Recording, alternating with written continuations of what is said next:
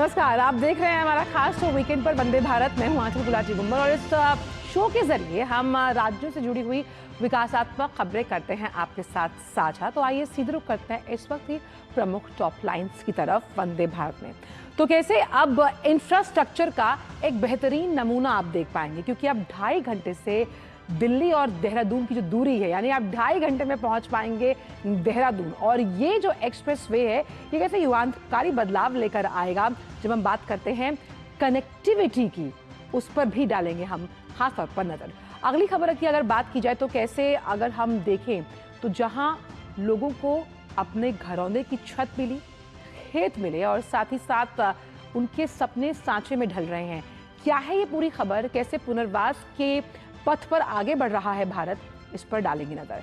उसके बाद बात होगी कैसे जब बढ़ता है इंडिया तो आगे बढ़ता है इंडिया, यानी कि भारत में साक्षरता को आगे बढ़ाने के लिहाज से एक सकारात्मक पहल हुई है हरियाणा में, इस पर भी डालेंगे नजर। लेकिन आइए सीधे रुख करते हैं इस वक्त सबसे पहले बड़ी खबर का, जो आ रही है दिल्ली और देहरादून के इस एक्सप्रेस वे से जुड़ी हुई। तो दिल्ली से देहरादून का जो सफर है अब सुपर फास्ट और आरामदायक होगा, क्योंकि करीब 213 किलोमीटर लंबा दिल्ली देहरादून एक्सप्रेस वे जो है वो अब यात्रा के समय को 5 से 6 घंटे घटाकर महज 2.5 से 3 घंटे कर देगा।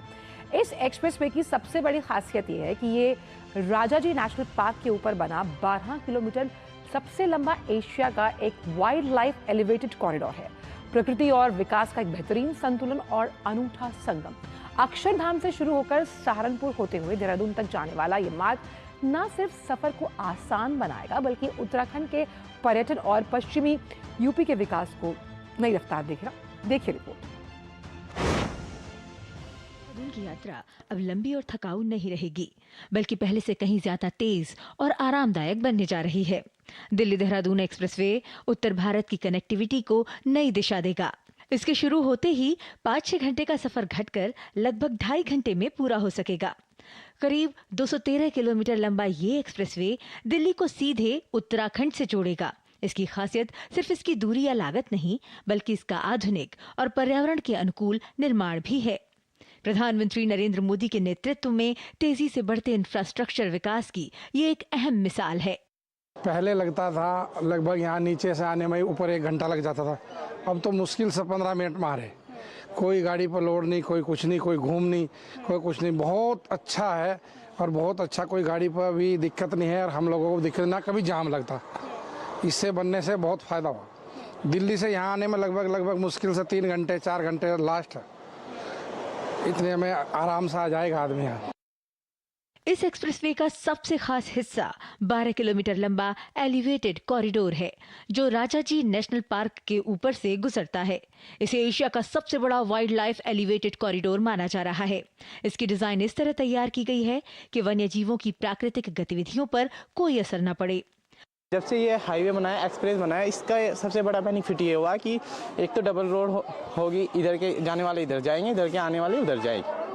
उधर का इसका सबसे बड़ा बेनिफिट यही है कि जाम नहीं लगता। आदमी जो 2-3 घंटे में पहुंचता था वो 15-20 मिनट में पहुंच जाता है। पहले सिंगल रोड के अंदर बहुत परेशानी होती थी, बहुत देर तक जाम लगता था और एक जगह सिंगल पुल था, उसमें तो आधे पौन 1 घंटे गाड़ी खड़ी रहती थी और पहुंचना बड़ा मुश्किल होता था। अब तो बड़ी इजीली, बड़ी खूबसूरत बना हुआ है, बड़ी मस्ती के साथ में लोग पहुंच जाते हैं। यह छोटे वाहनों के लिए अधिकतम गति 100 किलोमीटर प्रति घंटा और भारी वाहनों के लिए 60 किलोमीटर प्रति घंटा निर्धारित की गई है। हर 25 से 30 किलोमीटर पर आधुनिक वे साइड सुविधाएं, रेस्टोरेंट और पार्किंग की व्यवस्था होगी। अभी दिल्ली से देहरादून पहुंचने में 5 से 6 घंटे लगते हैं, लेकिन इसके शुरू होने के बाद ये सफर महज 2.5 से 3 घंटे में पूरा हो जाएगा। ये मार्ग दिल्ली के अक्षरधाम से शुरू होकर बागपत, बड़ौत, शामली और सहारनपुर होते हुए देहरादून के आशा रोडी तक पहुंचेगा।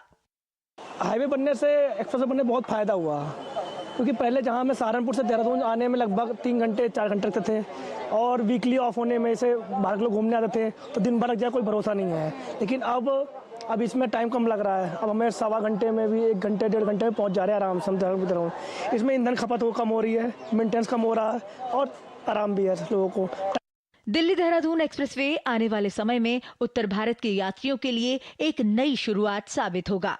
ये न सिर्फ यात्रा को तेज और सुगम बनाएगा, बल्कि उत्तराखंड के पर्यटन और पश्चिमी उत्तर प्रदेश के आर्थिक विकास को भी नई गति देगा।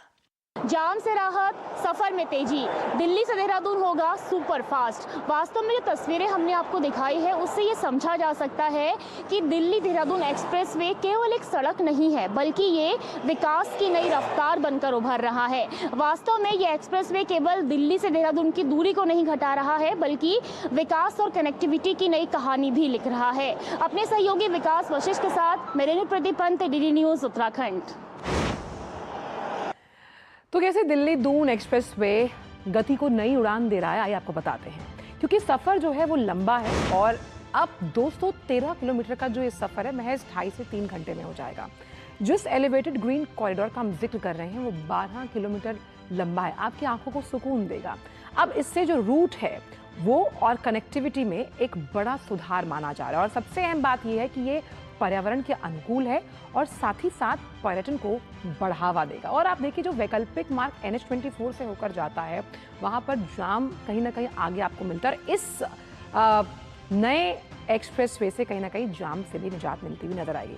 और ज़्यादा जानकारी के लिए आइए सीधे रुक करते हैं रेणु उप्रेती इस वक्त देहरादून से जुड़ी हैं। रेणु, हम जब भी किसी राज्य के विकास की बात करते हैं तो उसके जो हाईवेज यानी कि एक्सप्रेसवेज होते हैं वो उसकी आर्थिक गति को एक अलग ही लेवल पर लेकर जाते हैं और ये एक्सप्रेसवे कुछ इसी तरफ इशारा कर रहा है।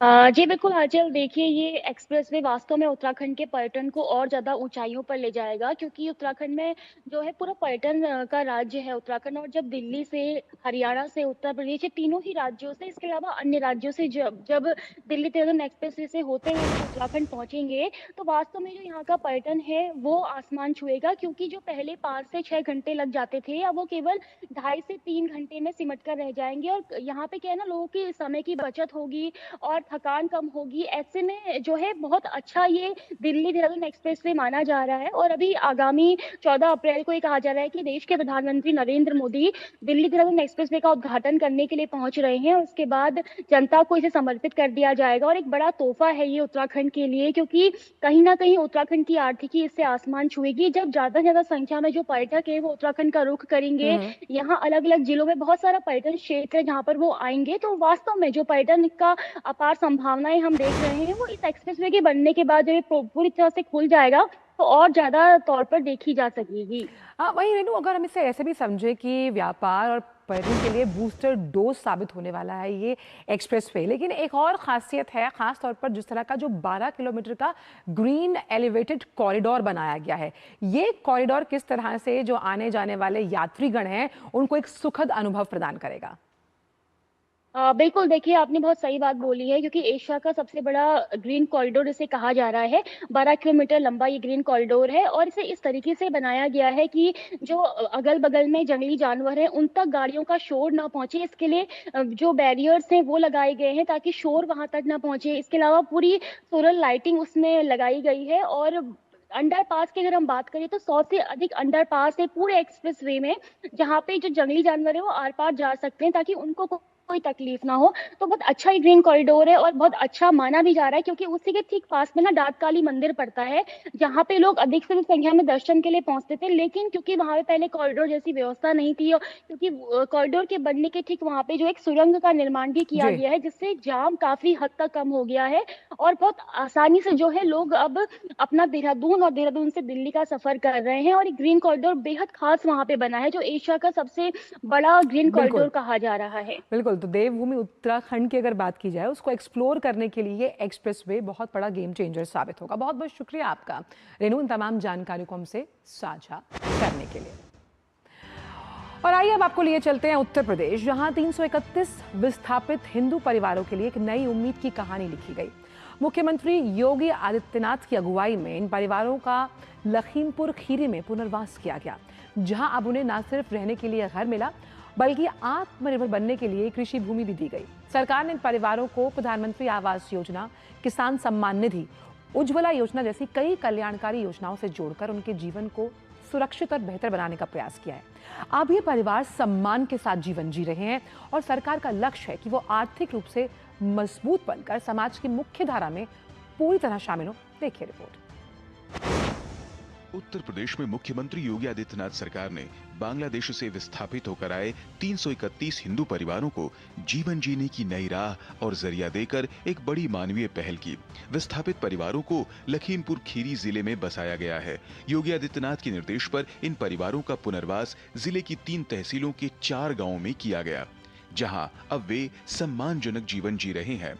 धौरहरा तहसील के सुजानपुर गांव में 97 परिवारों को बसाया गया है। वहीं मोहम्मदी तहसील के मोहनपुर ग्रांट में 41 और मियापुर गांव में सबसे अधिक 156 परिवारों को बसाया गया। इसके अलावा गोला तहसील के ग्रांट नंबर 3 में 37 परिवारों को नया ठिकाना मिला है। हम लोग बांग्लादेश से आए हैं और भारत सरकार और यूपी उत्तर प्रदेश सरकार दोनों मिल करके हमको बसाया है और यहाँ पर ज़मीन दे करके हम लोगों को कृषि भूमि दे करके बसाया गया है और सरकारी सारी सुविधाएं जितनी है वो हमको मिल रही है। मुख्यमंत्री योगी आदित्यनाथ की सरकार ने इन परिवारों को सिर्फ रहने की जगह ही नहीं बल्कि आत्मनिर्भर बनने के लिए कृषि भूमि भी दी गई है।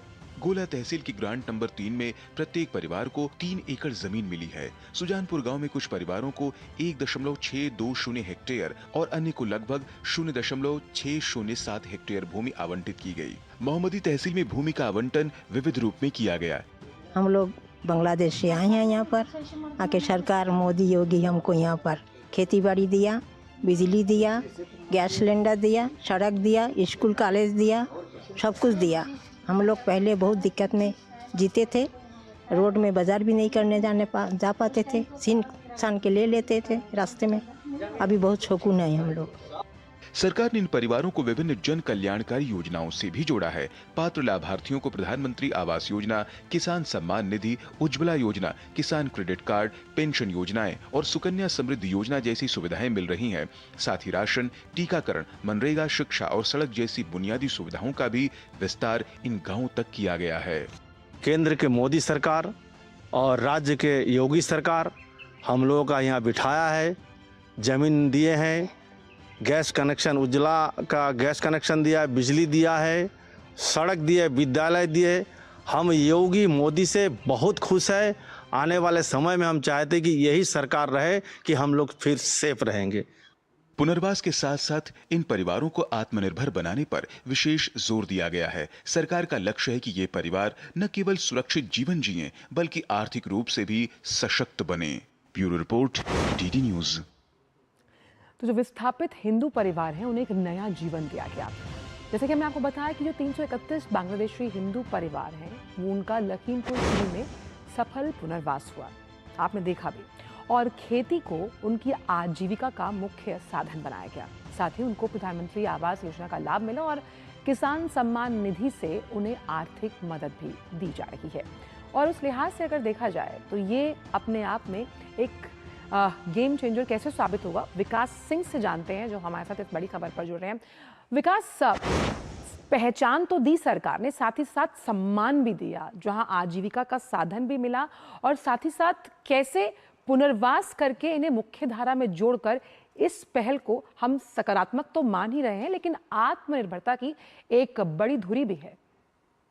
जी बिल्कुल, इन लोगों को इनकी खुद की पहचान से वाकिफ करवाया गया है और खास तौर से जब वर्षों से ये अपनी तलाश रहे थे, आशियाना तलाश रहे थे, जब इनको इस जनपद की 3 तहसीलों में बसाया गया, तो बसाने के साथ साथ बसाया ही नहीं गया, इनको रोजगार के नए आयाम दिए गए, इनको कृषि से जोड़ा गया, साथ साथ डबल इंजन की जो सरकार है उसका यहाँ पर दिखता है फायदा मिलता है कि जो केंद्र की जन कल्याणकारी योजनाएं हैं उससे उनको लाभान्वित किया गया। आसपास के क्षेत्रों में जहां इनको बसाया गया वहां पर सारी सुविधाएं प्रदान की गई, चाहे वो स्कूल से जुड़ी हो, चाहे वो सड़क से जुड़ी हो, चाहे वो बिजली से जुड़ी हो। तो इन परिवारों को तो लाभ मिला ही मिला है, साथ साथ आसपास के लोग जो हैं वहां भी इन लोगों को लाभ मिला, उन लोगों को भी लाभ मिला है। तो ये इसे कह सकते हैं कि विस्थापित लोगों के लिए एक नया मॉडल बनकर ये उभरा है। इसमें अन्य जगहों पर भी इस मॉडल को अडॉप्ट किया जा सकता है, क्योंकि जिन परिवारों को सिर्फ आजीविका के साथ साथ उनको आत्मनिर्भर बनने की जो एक रूपरेखा तैयार की गई थी, उसी के मद्देनजर इनको यहाँ पे बसाया गया, क्योंकि वर्षों से ना इनके पास कोई रोजगार था, ना ही अपनी पहचान थी। उस पहचान को पाने के साथ साथ अब ये आत्मनिर्भर बनेंगे, अपने परिवार को संपन्न करेंगे और देश के निर्माण में अपनी जो भूमिका होती है, चूंकि विस्थापित लोगों को जो बिल पास किया गया था, जो कानून बना था कि इन लोगों को यहाँ पर बसाया जा सके, यहाँ की नागरिकता दी जा सके, लेकिन नागरिकता देने के साथ साथ जो सम्मान मिला इनको, अब यहाँ पर इस गांव में इनको अपना घर मिला। एक अपना घर होना जीवन में सबसे बड़ी बात होती है, किसी कमजोर तबके के आदमी के लिए, बड़े तबके का हो उसके लिए भी होती है, लेकिन एक गरीब लोग चाहते हैं कि उनकी अपनी छत हो। उनको अपनी छत मिली, उनको अपना बिजली का कनेक्शन मिला, उनको खेती मिली जहां से वो रोजगार कर सकते हैं, और सशक्त होने के लिए उनको केंद्रीय योजनाओं के माध्यम से लाभान्वित किया गया। चाहे अभी एक बताया किसान सम्मान निधि हो, चाहे उज्ज्वला योजना हो, चाहे बिजली योजना हो, इन सब योजनाओं से उनको मुख्य धारा में जोड़ने की जो कोशिश की गई है, ये एक बहुत बड़ी चीज है और इन परिवारों के लिए एक बहुत बड़ी चीज है। और इस मॉडल को कहीं ना कहीं अन्य जगहों पर भी एडॉप्ट करने की जरूरत होगी, क्योंकि बहुत बेहतरीन ये मॉडल है। यही मैं आपसे जानना चाह रही थी विकास, कि जिस तरह की सकारात्मक और बहुत ही प्रोग्रेसिव पहल की गई है, ये कई अन्य राज्यों के लिए एक बेहतरीन उदाहरण साबित हो सकती है, जहां पर इस तरह पुनर्वास का कदम उठाकर मुख्य धारा में विस्थापितों को शामिल किया जाए। जी बिल्कुल, अन्य राज्यों के लिए ये मॉडल जो है बिल्कुल देखा जा सकता है, क्योंकि इसमें इनके समावेशी विकास की बात कही गई है। क्योंकि इन कमजोर लोगों को जिस तरीके से सिर्फ एक इनकी पहचान ही नहीं, इनके सम्मान के लिए इनको काम किया गया है, इनको रोजगार से जोड़ा गया है, इनको स्वावलंबी बनाने के लिए जोड़ा गया है, इनको तमाम सारी योजनाओं से लाभान्वित किया गया है। इनके बच्चों के रहने के लिए जो घर, अपना घर जो रहता है, एक पिता का, एक अभिभावक का सपना रहता है, वो सरकार ने इनको दिया है। अब इनके बच्चे भी पढ़ लिख कर आगे बढ़ेंगे, और जो गार्जियंस हैं, जो मुख्य लोग हैं, वो आजीविका से खेती के द्वारा अपना जीवन यापन करेंगे। और साथ साथ कृषि को, जिस तरीके से उत्तर प्रदेश में हमने देखा कि तमाम सारी फसलें हों, उनमें सरकार की एक बड़ी भूमिका रहती है कि किसानों को ज्यादा से ज्यादा राहत मिले, कम लागत में अधिक उत्पादन हो। तो उन सब योजनाओं से भी आगे इनको जोड़ा जाएगा, लाभान्वित किया जाएगा। और अन्य योजनाएं जो लगातार जारी है सरकार की, उनको इन तक पहुंचाने के लिए लगातार सरकार काम कर रही है, और आगे भी निगरानी बरती जाएगी कि इन लोगों को कहीं सामाजिक रूप से कोई दिक्कत ना हो, आर्थिक रूप से कोई दिक्कत ना हो। बिल्कुल, तो पहचान, सम्मान और आजीविका से मिला उन्हें काम, ये एक बहुत ही सार्थक पहल है सरकार की। बहुत बहुत शुक्रिया विकास, इन तमाम जानकारियों को हमसे साझा करने के लिए। वक्त छोटे से ब्रेक का है वंदे भारत में, उसके बाद आपको लिए चलेंगे हरियाणा एक प्रवेश उत्सव में। जुड़े रहिए वंदे भारत के साथ। महाशय धर्मपाल जी के 130वें जन्मदिन पर MDH मसालों पर पाइए 10% एक्स्ट्रा। अब स्वाद के साथ बचत भी, अब पाइए बचत ही बचत। मेरी पसंद, मेरी पसंद, मेरी पसंद, मेरी पसंद, हमारी पसंद, हम सबकी पसंद। मजबूत देश का मजबूत सरिया हो गया स्टील। खाने में मेरी क्वीन के लिए क्या है? किंग मटर पनीर, किंग बैगन भरता, king veg pulao, king palak paneer kofta. ये सब किंग क्यों? क्योंकि ये सब बना है MDH किचन किंग से आपका बॉस। MDH किचन किंग, असली किचन किंग। MDH।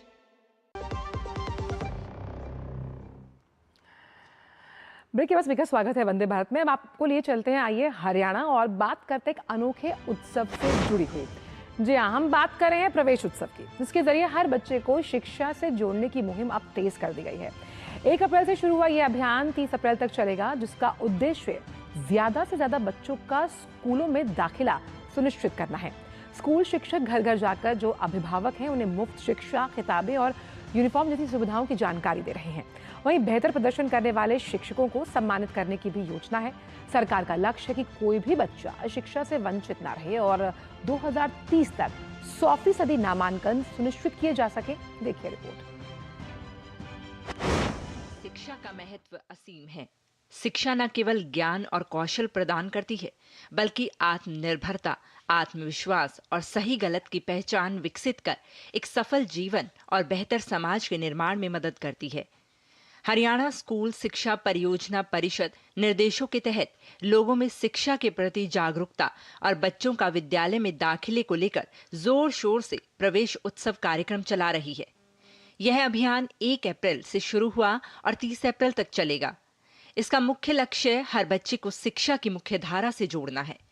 इसी कड़ी में फतेहाबाद जिले के गांव खजूरी जाटी स्थित राजकीय माध्यमिक विद्यालय में भी प्रवेश उत्सव बड़े ही जोश और उमंग के साथ मनाया गया।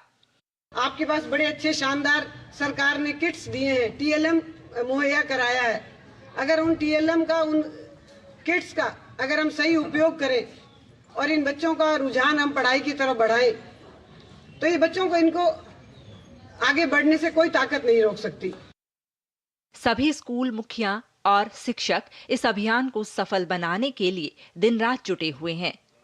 स्कूल स्टाफ घर घर जाकर अभिभावकों से मिल रहा है और उन्हें स्कूलों में उपलब्ध मुफ्त शिक्षा, किताबें, यूनिफॉर्म और अन्य सुविधाओं के बारे में बता रहा है।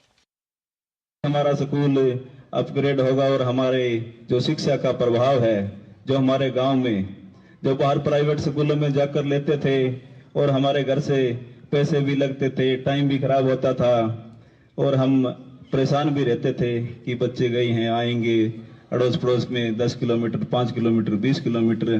तो हमारा बहुत लाभ है जो हमारे गांव में जो ये मुहिम चली है। प्रवेश उत्सव में विद्यार्थियों की संख्या बढ़ाने वाले शिक्षकों को सम्मानित करने की भी योजना है। यदि कोई शिक्षक अपने स्कूल में 30% तक विद्यार्थियों की संख्या बढ़ाता है, ड्रॉप आउट दर 0 रखता है और 100% विद्यार्थियों का स्थानांतरण सुनिश्चित करता है, तो उसे स्वर्ण पदक से सम्मानित किया जाएगा।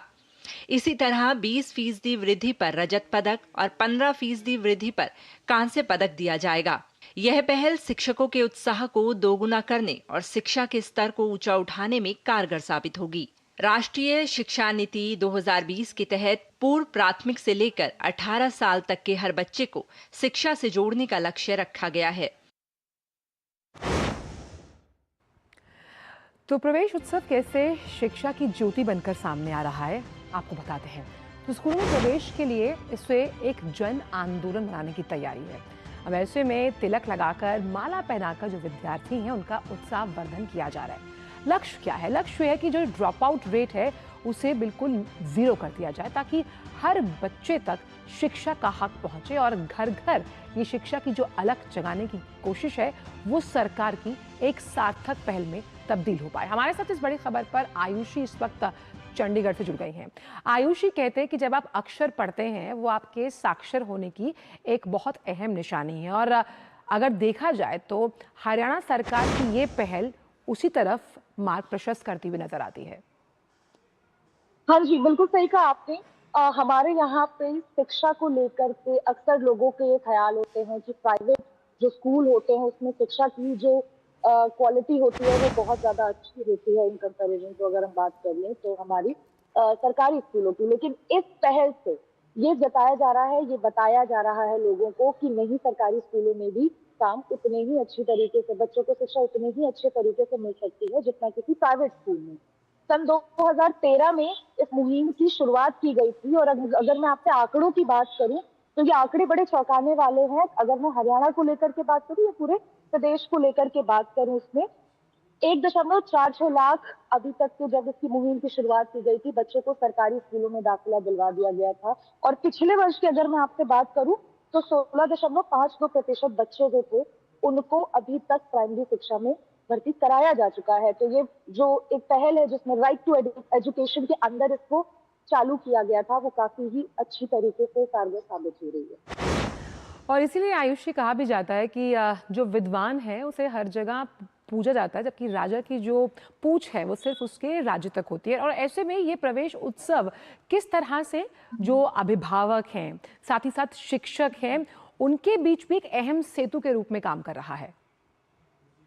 देखिए, ये बड़ा ही सोचने वाली बात है कि हमारे यहाँ पर अगर जो भी शिक्षक है बच्चों को जो दाखिला दिलवाएंगे, पहले तो उनके आत्मसम्मान में वृद्धि, उनका जो मोटिवेशन है उसको बढ़ाने के लिए उनको भी रिवॉर्ड दिए जा रहे हैं। जैसे गोल्ड अवार्ड हो गए आपके, सिल्वर हो गए आपके, ये सारे अवार्ड जिनको मिल रहे हैं, मेडलिस्ट उनको बनाया जा रहा है। साथ ही अगर हम बात कर लें आपके पेरेंट्स की, यानी अभिभावकों की, तो उनको जा करके समझाने की, क्योंकि खुद शिक्षक जा करके उन्हें समझा रहे हैं, रैलीज के थ्रू समझा रहे हैं, उनको बता रहे हैं कि क्यों ये बेटर है। जैसे फ्री पुस्तक हो गई आपकी, इसके बाद यूनिफॉर्म्स हो गई, बुक्स हो गई, और भी कई चीजें हैं। तो ये एक तरह का ब्रिज बना हुआ है स्टूडेंट्स और टीचर के बीच में, जो इवेंचुअली बहुत ही बड़ा रेवोल्यूशनरी स्टेप है। बिल्कुल, बहुत बहुत शुक्रिया आयुषी आपका इन तमाम जानकारी को हमसे सीधे चंडीगढ़ से साझा करने के लिए।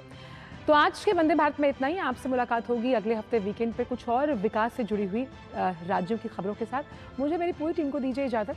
नमस्कार।